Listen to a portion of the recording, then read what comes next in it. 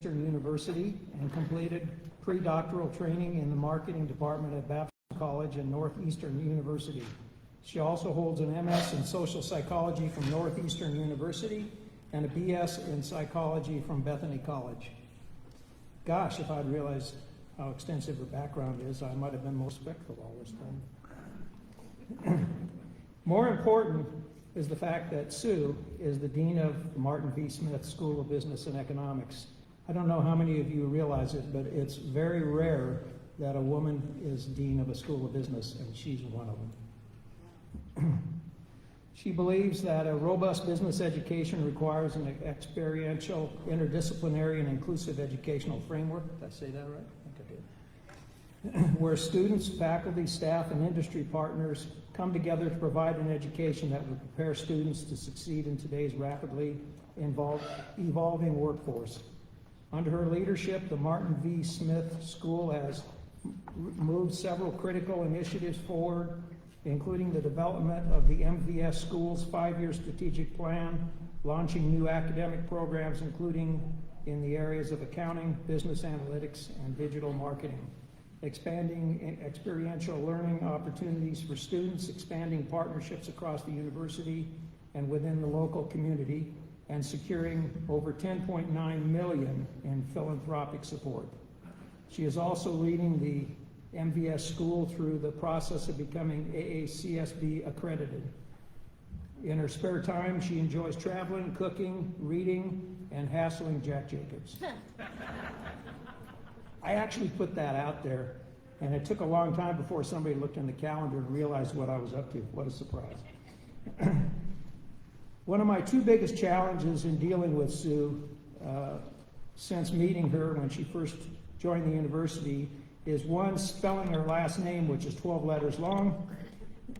I've got that one down, but I'm also having to take a special class on how to write it out and spell it correctly.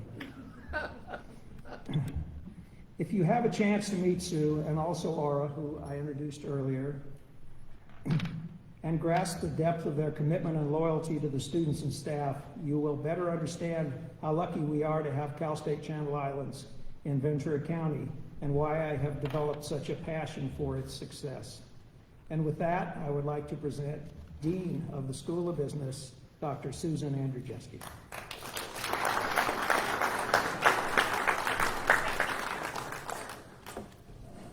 Well, good afternoon, everyone.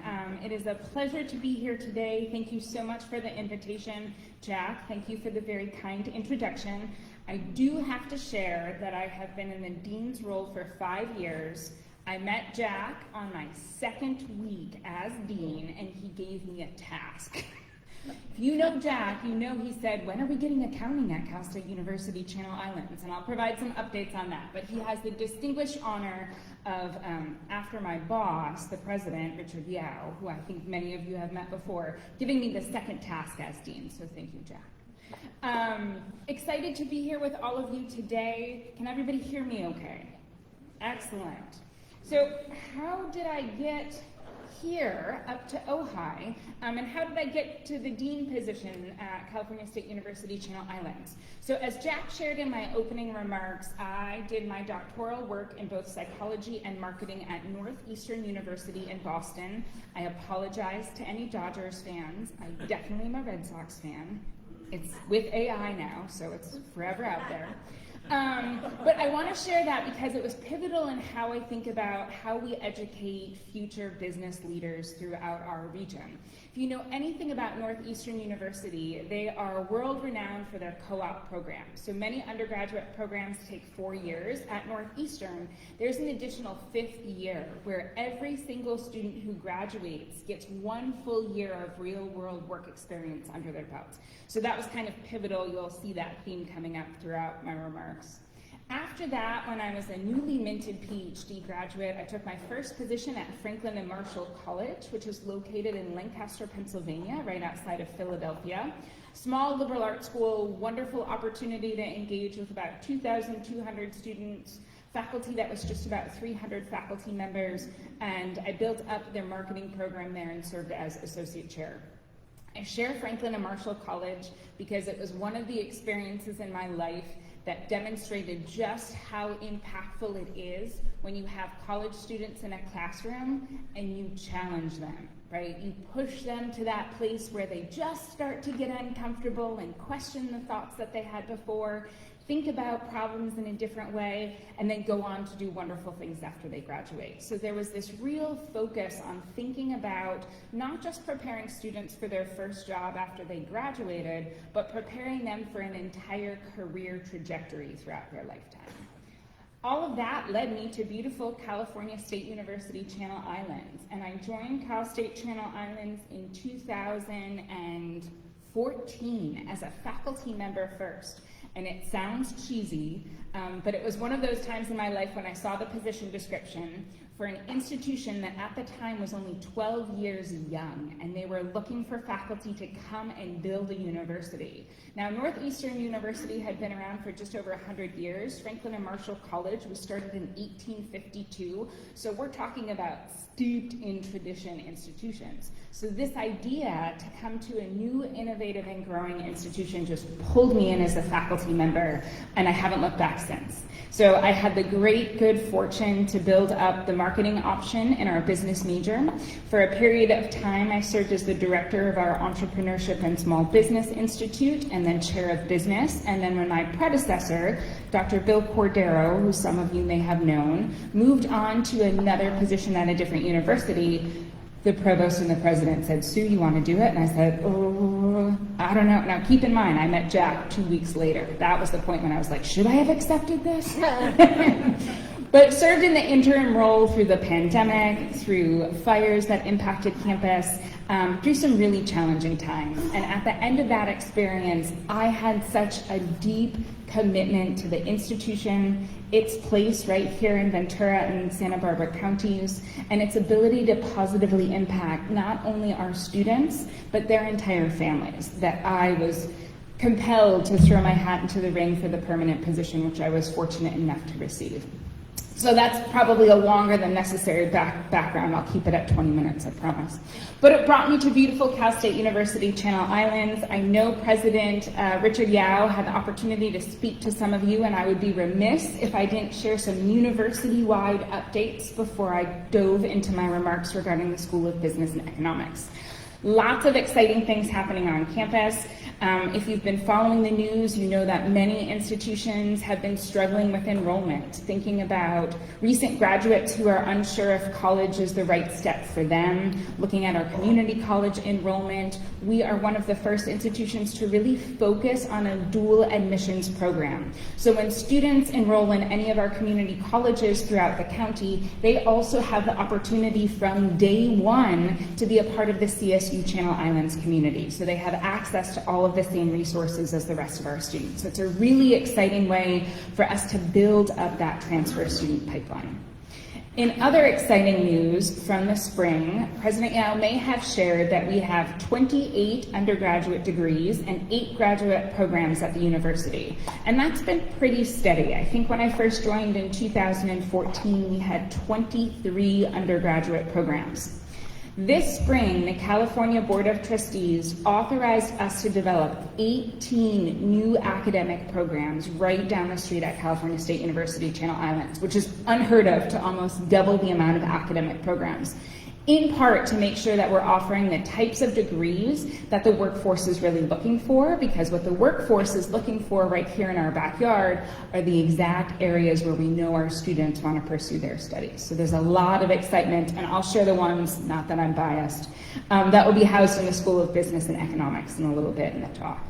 And in a fun partnership, if anybody goes up to the Santa Barbara Zoo, you may have heard about our recent partnership with the Santa Barbara Zoo to open a facility that will be a satellite facility from the Santa Barbara Zoo right on our campus. Snowy plovers are one of my favorite Ventura animals, and I hear we might get snowy plovers on campus. But it represents the first facility that is owned by an accredited zoo that actually exists on a university campus, providing this wonderful living, learning laboratory for our students and for our faculty members, which is really exciting. Also a little bit of stress relief for the Dean of Business. You'll see me going to talk to the snowy plovers when they're on campus. So lots of exciting things happening on campus, kind of at that larger level. And as Jack shared, my focus today is going to be on the School of Business and Economics. So what's the mission? What's the vision for the Martin V. Smith School of Business and Economics? The goal has always been to effectively prepare our students to engage with today's ever-changing organizational landscapes. If you think about business and industry, today's meeting, I understand, is being recorded by AI. Business is changing at a rapid rate. So how are we preparing our students to actively engage in that environment after they graduate, with the ultimate goal to become a nationally recognized leader in providing a high-quality education in business and economics? So how do we do that? Everybody's got a great mission statement and a wonderful vision. I'm going to talk a little bit about some of the things that are currently happening on campus, as well as talk about some of the new initiatives that we have coming forward. So, drawing on my own academic experience, right, there's kind of 4 areas that ground everything we do in the Martin V. Smith School of Business and Economics. High quality academic programs. Currently, we offer 3 different academic programs. We have an undergraduate degree in business that also offers 4 options in finance, marketing, entrepreneurship, and global business/management. We're getting ready to expand the global business at some point in the future. Also an undergraduate degree in economics. And if you tie this back to the vision on preparing graduates, College Scorecard provides median salary figures for every single institution that provides data nationally and federally. And as part of that College Scorecard reporting, we know that our economics graduates are earning over $60,000 after they graduate, which is far exceeding the national average, which is an exciting data point to share. We also offer an MBA program, and through our satellite campus, we also offer an online business completion program for students who might not be able to come back to a traditional classroom. So what do I mean when I say a high-quality academic program? We are bringing in world-class faculty to engage with our students in hands-on learning, which ties into that sort of second piece. Today's students and today's faculty members are doing far less, I apologize, of what I'm doing right now, what we call the sage on the stage approach. The students are coming in wanting that real world experience. They love hearing from the faculty members and engaging them, but they also want to engage with individuals like yourselves, community members, business partners. What are the real issues that our businesses right here in Ventura County are facing, and where can we explore those with our students, who often come with very eager eyes, right? If Dr. A says something about marketing, they all kind of glaze over a little bit. But if somebody in business says the exact same business problem, you hear the students, right? You see their excitement about diving into those problems. So there's a lot of focus on bringing community partners into our classrooms to give those students that real world experience, that when they interview for that first job, that they can not only rely on their experience working perhaps a part-time job or their academic studies, but they can also say, I helped this business overcome this business problem, or I was instrumental in supporting this nonprofit organization in having the highest grossing fundraising event that they may have had. So those are the types of experiences that we're intentionally trying to integrate as much as possible into the student's experience. Also, as a former psychologist turned dean of a school of business and economics, there's a large focus on interdisciplinarity. So it is very rare that in business we're sitting in an isolated office just by ourselves, right? Whether you're in marketing or accounting or finance, so many of today's business problems are sticky and they need an interdisciplinary lens. AI is a perfect example. Our students, we talk about this a lot with students and faculty. How is AI impacting learning in the classroom, right? Somebody I had chatted with earlier today was talking about plagiarism versus using AI to enhance learning. We're having the same conversations in the workforce, right? There are individuals who are using AI to be able to do their jobs more effectively and efficiently. So how do we prepare our students for that type of rapidly evolving workforce is an exciting part. Also, an inclusive education. So Cal State University, Channel Islands, 60% of our students are the first in their families to get a college degree, and over 50% of our students are Pell Grant eligible. So we're serving a very diverse student population, and that means we're innovating kind of what a traditional college experience looks like. A good example of that is thinking about tutoring centers. For those of you who think about the old version of the tutoring center, A, you might not do great on a paper, B, then you have to admit you didn't do great on a paper, C, you have to tell somebody else you didn't do great on a paper. Thinking about that as a first-generation college student can be jarring, right? Is this a place that I belong? Is this a place where I can be successful? And Channel Islands is doing things through generous philanthropic support from individuals like yourselves, like embedding tutors in the students' classes. So the students already have that familiar face. It's a lot easier to go to a peer and say, oh, that calculus problem that I was really stuck on, can you help me work through it together? So there's always this lens about that surrounds thinking about how we provide a more inclusive education for our students. So why these 4 areas? 1, I like them, but that's not enough, right? Dean doesn't have that much sway. Career success. This is where it ties back into the mission. In talking to our business leaders throughout the Tri-County region, we hear that those exact skills are what employers are looking for in recent graduates. So not only are we trying to meet the students where they are as soon as they come into our classrooms, we also want to ensure that they're meeting the workforce needs throughout our area, right? It's that nice symbiotic relationship that we're really trying to enhance and to strengthen, especially as a newer campus. We just celebrated our 20th anniversary, so wanting to strengthen those ties. So how are we doing this? What's new and exciting? That's kind of the current.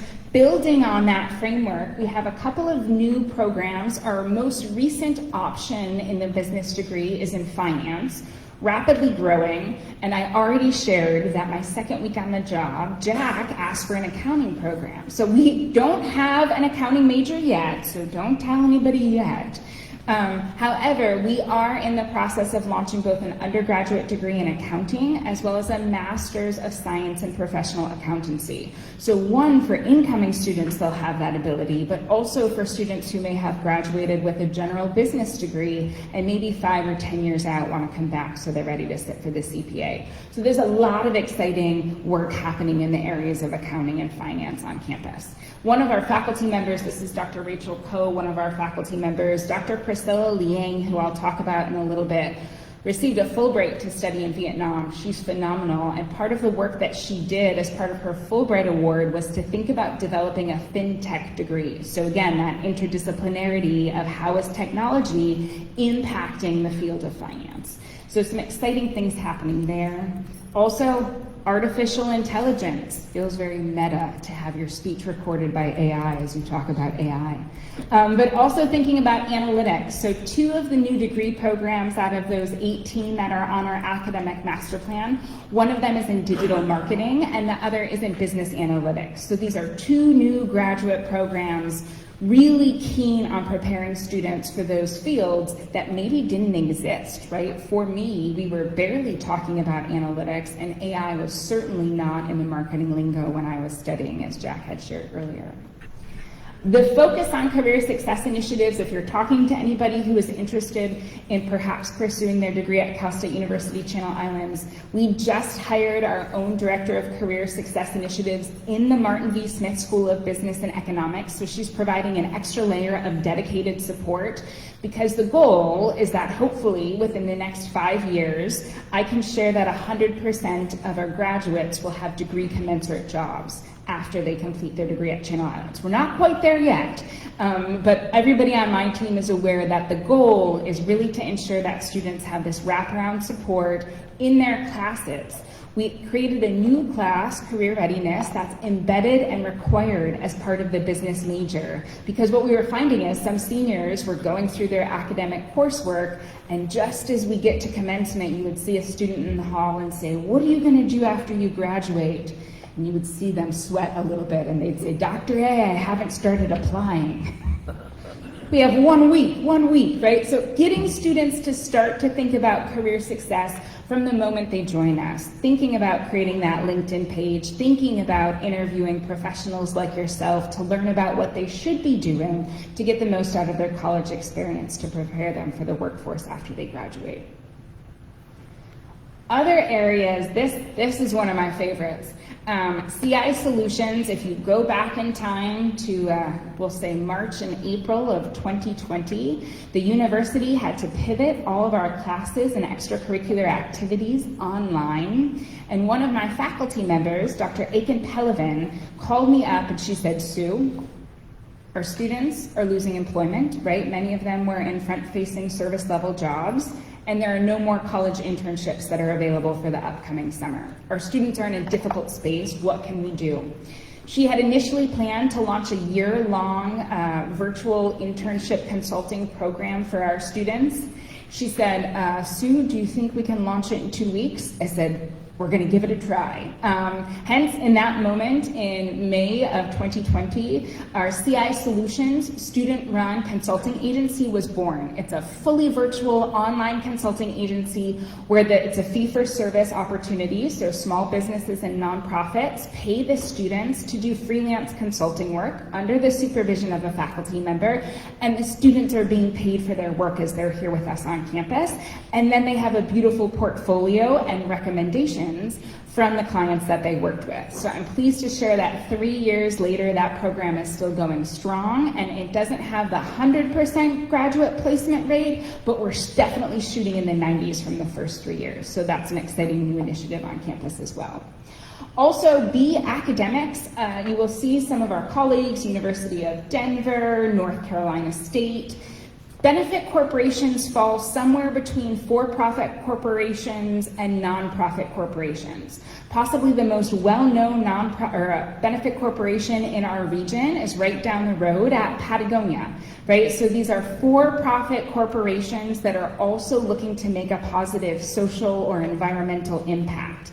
The work happening at Cal State Channel Islands under Dr. Maria Ballesteros-Sola's leadership is leading the forefront on that space, thinking about companies from Ben & Jerry's and Patagonia, all the way to local companies like the Refill Shop, which is on Main Street in Ventura County. So again, really demonstrating how we're on the cutting edge of business.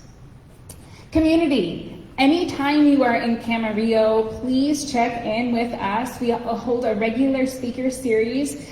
This is Adam Firestone. The students came and got all sorts of 805 beer koozies on their way out.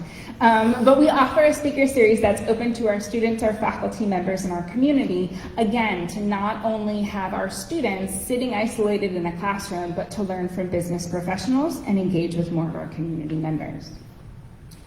Also, I'm excited to share, if you've ever been on California State University Channel Islands campus, there is one building that sticks out because it does not have the beautiful architectural feel of the rest of campus. That is our current home, Sage Hall. And I'm pleased to share that as part of a transformational gift from the Martin V. Smith family, we were able to move into a remodeled building. This is at the beginning of renovations. They're almost complete, so we'll be moving into that new building, which will be officially complete with an outdoor adjacent courtyard in the spring of 2024, which will be a fantastic state-of-the-art facility for our students to study and to engage with their faculty members and hopefully community members like yourselves. I have to brag, right? Jack asked me here, and I'm grateful to be here to speak. This work does not happen without a fantastic team of faculty members. Is it okay if I pull the mic? Okay. A couple of key ones. So we have Dr. Andrew Morris, Dr. Priscilla Leang, and Dr. Jared Barton. In the past 4 years, we've had 3 Fulbright scholars just from the School of Business and Economics, studying in Myanmar, Malaysia, and Vietnam. Dr. John Liu is one of our economists. He is actually leading the UCLA task force that's examining the economics of pharmaceuticals, which is fascinating and a great way to show the intersection between scholarship and teaching and what's happening in our communities.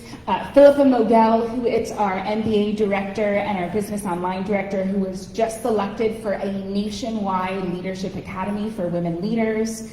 Dr. Aiken Pelevin and Dr. Cindy Sherman, they are the creators of the CI Solutions program, which was just recognized last year by Women's Economic Ventures, led us to be named the Partner of the Year from them in 2023. Also recognized by Pacific Coast Business Times for the Small Business Advocate Award.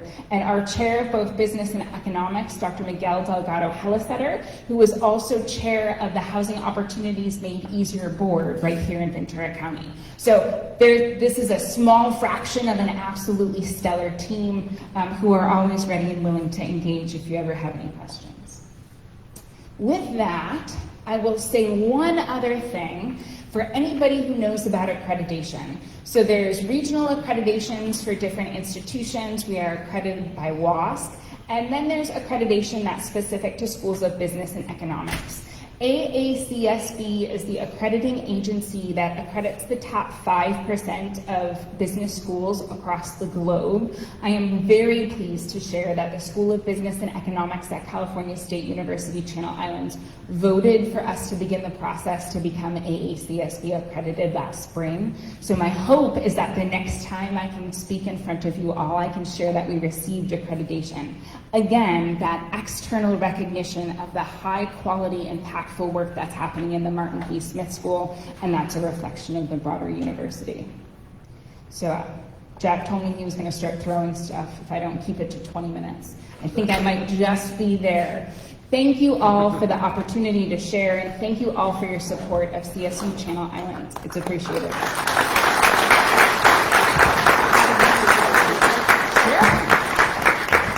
I am now on the hot spot for questions. Yes?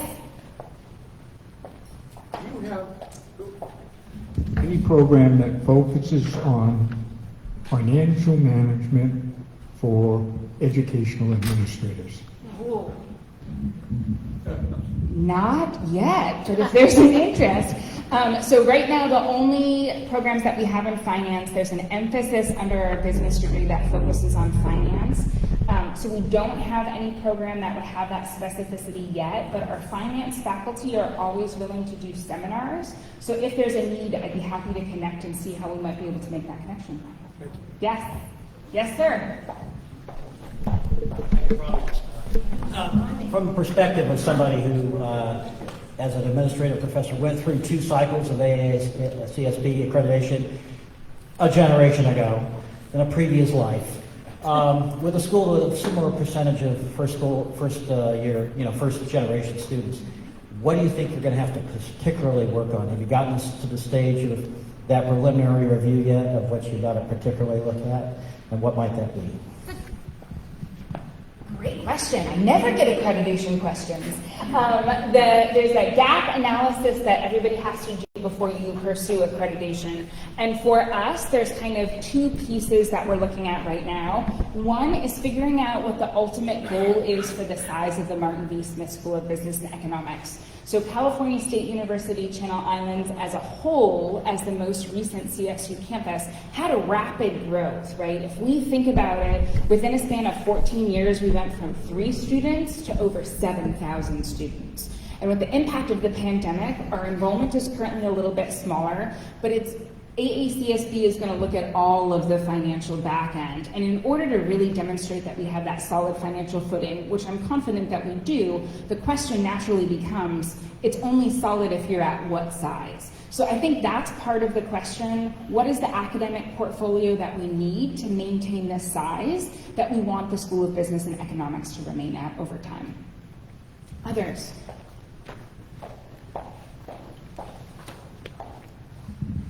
I graduated from a business school, got an MBA 60 years ago, and our whole program is based on case study. Do you still use like Harvard Business School case studies and so forth? Yeah. And then the second part of my question is, I have grandchildren that are about ready to go to business schools and stuff, and I want to know how much it costs. I love it. I love it. So to answer the first question, the MBA program is very similar in terms of thinking about the use of case analyses. Maria Ballesteros Sola, who I had referenced earlier, is actually an award-winning case writer. She wrote a case actually with Direct Relief that's located right in Santa Barbara County that actually won a few awards from different case agencies. So the case method is still used. What I will say the biggest difference for MBA programs today is it used to be, right, when I first interacted with MBA programs, they were kind of retroactive. You had 7, 10, 15 years of experience, then you got your MBA, and you kind of, in retrospect, took your experience and reflected on those cases. Now many MBA programs are more pre-professional programs. So we're seeing students that are a little bit younger in terms of their kind of work experience, 2 years, 4 years. They're still using the same case-based experiences, but again, because business is changing so rapidly, they're kind of exploring that early on as opposed to just kind of looking at their MBA more retroactively. The second question, current tuition is just over $6,800. For each academic year, though I should have included this in the remarks. As part of the Smith Endowment that Jack mentioned in his opening remarks, we've been able to revise our Martin V. Smith Scholars Program for high-achieving students. So we do provide about 30 full tuition scholarships for incoming students in the School of Business and Economics, too. Wow. Am I at time? I got my MBA about 40 years ago, and at that time, the core courses, the decision-making was exclusively based on financial metrics, which resulted in a whole generation of business leaders that were oblivious to sustainability and social issues. Is your school doing anything to address that? It's a great question. The B Academics Roundtable that I had referenced in my remarks focuses a lot on what we call the triple bottom line. So MBA programs for a long time focused on the 1P being profit. Now we talk about the triple bottom line, people, profit, and the planet, right? So looking at metrics that go beyond that profit-only shareholder value perspective to looking at stakeholder value. And a lot of the faculty are incorporating that stakeholder value lens in all of their courses. And then again, they're also working with companies that are taking that stakeholder value approach. Even if you look at some of the transitions for the larger companies throughout Ventura County, you're seeing them make that shift. A lot of it happened after the Business Roundtable article came out for the top 100 companies that talked about moving us from shareholder value to stakeholder value. And you're seeing the education, right? The faculty, I'm going to brag, they're great. They're digging into those spaces and really ensuring that the students are prepared for that kind of shift in how we think about ROI. Good. Thank you, Susan. That was wonderful. And you know the gift my part to you. This is a box of citrus from Friends Ranch here in Ojai. And I was a speaker once, but will tell you it is wonderful. Thank you. Thank you so much.